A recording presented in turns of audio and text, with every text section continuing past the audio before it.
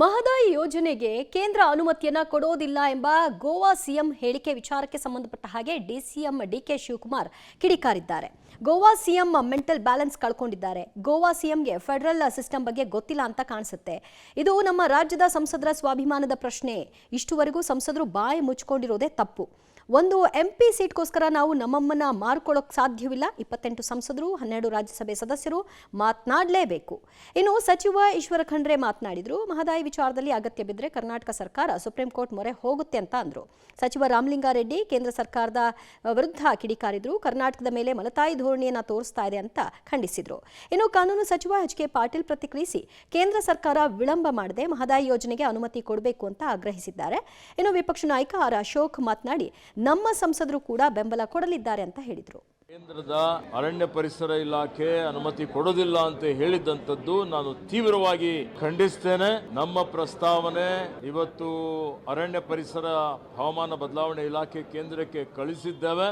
ಇದು ಕರ್ನಾಟಕ ರಾಜ್ಯದ ರೈತರ ಮೇಲೆ ಒಂದು ದೊಡ್ಡ ಕೇಂದ್ರದ ಪ್ರಹಾರ ಅಂತ ಹೇಳಬಹುದು. ಸನ್ಮಾನ್ಯ ಮುಖ್ಯಮಂತ್ರಿಗಳು ಪ್ರತಿಕ್ರಿಯಿಸಿದ್ದಾರೆ. ಪ್ರತಿಯೊಂದು ವಿಷಯದಲ್ಲಿ ಬರ ಇರ್ಬೋದು, ಪ್ರವಾಹ ಇರ್ಬೋದು, ಕೇಂದ್ರ ಸರ್ಕಾರದ ಏನು ಪುರಸ್ಕೃತ ಕಾರ್ಯಕ್ರಮಗಳಿದ್ದಾವೆ ಅವೆಲ್ಲ ಕಾರ್ಯಕ್ರಮಗಳಲ್ಲಿ ಕರ್ನಾಟಕಕ್ಕೆ ಅನ್ಯಾಯ ಆಗ್ತಾ ಇದೆ. ಇದೇ ರೀತಿ ಅನ್ಯಾಯ ಆಗಿದ್ರೆ ಫೆಡರಲ್ ಸ್ಟ್ರಕ್ಚರ್ಗೆ ಧಕ್ಕೆ ಆಗ್ತದೆ.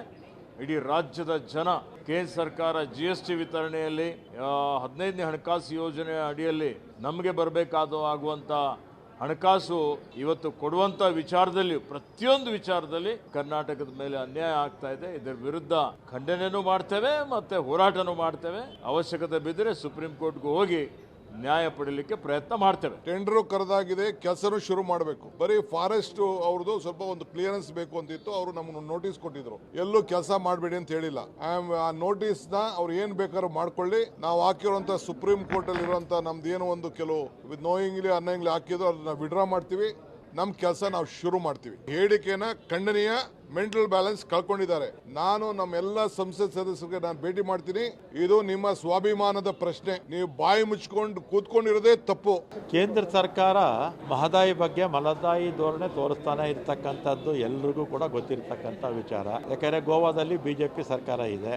ಆಮೇಲೆ ಕೇಂದ್ರ ಸರ್ಕಾರ ಇದುವರೆಗೂ ಕೂಡ ಮಹದಾಯಿ ವಿಚಾರದಲ್ಲಿ ಕರ್ನಾಟಕದ ನಮ್ಗೇನು ನೀರು ಹಂಚಿಕೆ ಆಗಿದೆ ಅದನ್ನು ಉಪಯೋಗಿಸ್ಕೊಳ್ಳೋದಕ್ಕೂ ಕೂಡ ನಮಗೆ ಅನುಮತಿ ಕೊಡ್ತಾ ಇಲ್ಲ. ನಮ್ಮ ರಾಜ್ಯದಿಂದ 2019ರಲ್ಲಿ 25 ಜನ MP ಗೆದ್ದೋದ್ರು. ಮೊನ್ನೆ 2023ರಲ್ಲಿ 17 ಜನ BJP MP ಗಳು, 2 JDS, ಒಟ್ಟು 19 ಜನ ಗೆದ್ದಿದ್ರು ಕೂಡ ಯಾರು ಕೂಡ ಮಹದಾಯಿ ಬಗ್ಗೆ ಆಗಲಿ ಅಥವಾ ನಮಗೆ GST ಅನುದಾನ ಸಮರ್ಪಕವಾಗಿ ಕೊಡದೇ ಇರೋದ್ರ ಬಗ್ಗೆ ಆಗಲಿ ಅಥವಾ ನಮ್ಮ ರಾಜ್ಯದ ನೆಲ ಜಲ ಭಾಷೆ ವಿಚಾರದಲ್ಲಿ ಯಾರು ಕೂಡ ಇವರು ಬಾಯಿ ಬಿಡ್ತಾ ಇಲ್ಲ.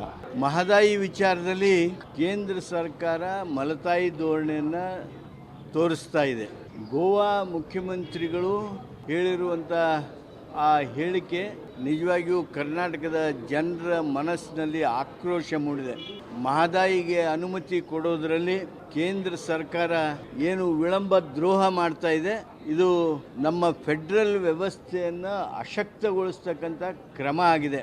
ನಾನು ಕೇಂದ್ರ ಸರ್ಕಾರಕ್ಕೆ ಆಗ್ರಹಿಸ್ತೀನಿ, ಒತ್ತಾಯಿಸ್ತೀನಿ, ಅನ್ಯಾಯವನ್ನು ಮಾಡದೆ ತಕ್ಷಣ ಅನುಮತಿ ನೀಡಬೇಕು. ಫಸ್ಟು ಅಧಿಕಾರದಲ್ಲಿರೋರು ಕಾಂಗ್ರೆಸ್ಸಿನ MP ಗಳು ಇವರೆಲ್ಲ ಏನು ಮಾಡ್ತಾ ಇದ್ದಾರೆ? ಪಾರ್ಲಿಮೆಂಟ್ ನಡೀತಾ ಇದೆಯಲ್ಲ, ಏನೋ ಪ್ರಶ್ನೆ ಹಾಕಿದಾರ? ಮಲ್ಲಿಕಾರ್ಜುನ ಖರ್ಗೆ ಅವರು ಈ ರಾಜ್ಯದವರೇ ಏನಾನ ನಿಲುವಳಿ ಸೂಚನೆ ತಂದಿದ್ದಾರೆ?